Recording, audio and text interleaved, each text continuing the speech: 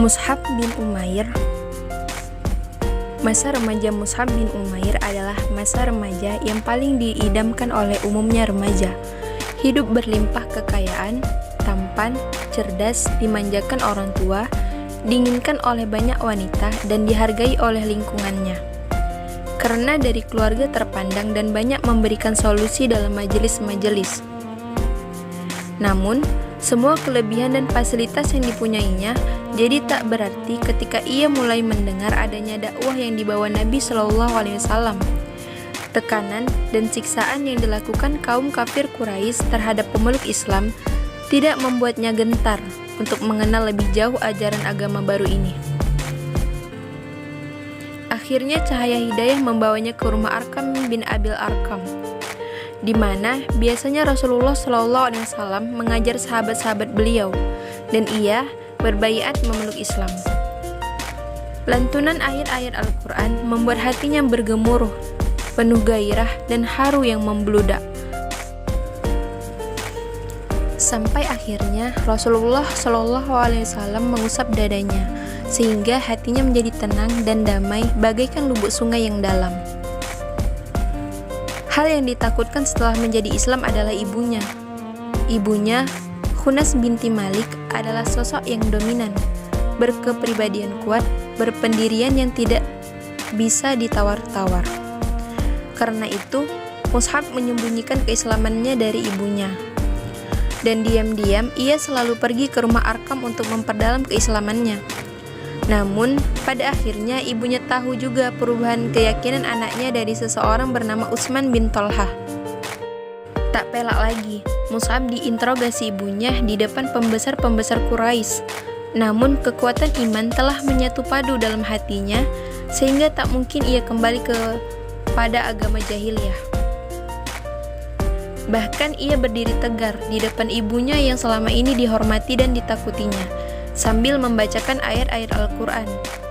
Dalam puncak kemarahannya, ibunya mengurung Mus'ab dalam ruangan sempit dan terpencil dengan penjagaan ketat. Ketika Nabi SAW menitahkan sahabat-sahabatnya untuk hijrah ke Habsyi, Mus'ab berhasil memperdaya penjaganya dan lolos untuk mengikuti beberapa sahabat hijrah ke Habsyi.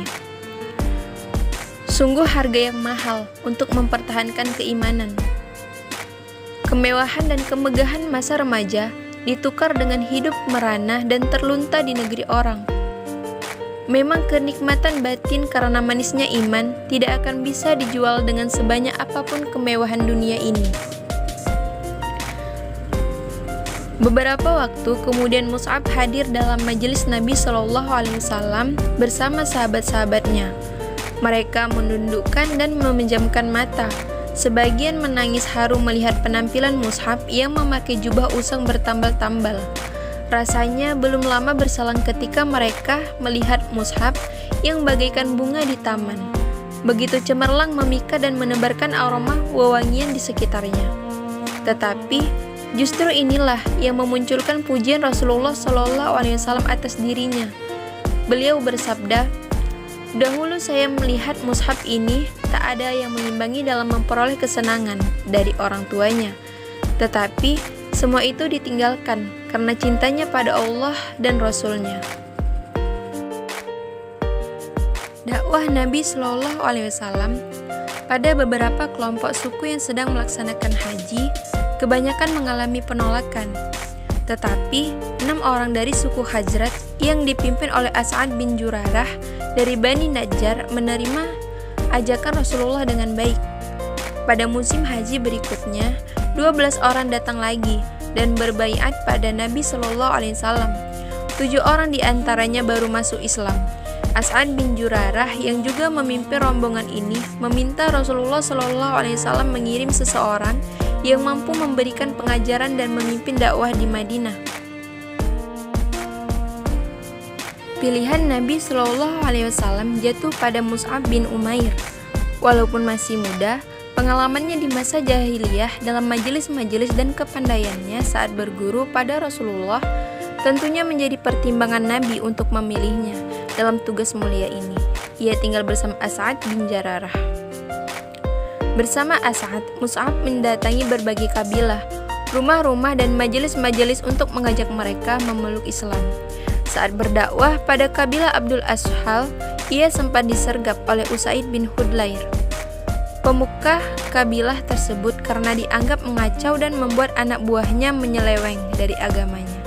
Tetapi dengan kemampuan diplomasinya dan wajahnya yang teduh serta tenang, Mus'ab mampu meredam kemarahan Usaid dan memaksanya untuk duduk mendengarkan. Mus'ab pun membacakan ayat-ayat Quran dan menjelaskan risalah yang dibawa oleh Rasulullah SAW. Dan gaya bahasa yang halus penuh ketulusan, Mus'ab mampu menyentuh hati nurani Usaid yang terdalam dan membawanya pada hidayah Allah untuk memeluk Islam. Yang dalam beberapa jam kemudian disusul dengan keislaman Sa'ad bin Mu'az, tokoh Bani Abdul Ashhal lainnya. Keislaman dua pemukanya ini diikuti oleh hampir seluruh anggota kabilah tersebut. Tersebarnya kabar tentang keislaman Usaid bin Hudlair dan Sa'ad bin Mu'az membuat tokoh-tokoh Madinah lainnya mencari tahu tentang agama baru ini. Beberapa pemuka kabilah di Madinah akhirnya memeluk Islam, antara lain Sa'ad bin Ubadah dan Amir bin Jamuh, di mana tokoh ini membuat pemusnahan banyak berhala yang selama ini dijadikan sesembahan. Masyarakat Madinah pun makin banyak yang masuk Islam menyusul tokoh-tokohnya. Mereka berpendapat kalau Usaid bin Hudlair, Sa'ad bin Ubadah, dan Sa'ad bin Mu'az telah memasuk Islam. Apalagi yang kita tunggu? Marilah kita datang ke Mus'ab untuk menyatakan keislaman. Syahidnya Mus'ab bin Umair. Pada perang Uhud, Mus'ab bin Umair dipilih oleh Rasulullah sebagai pembawa bendera.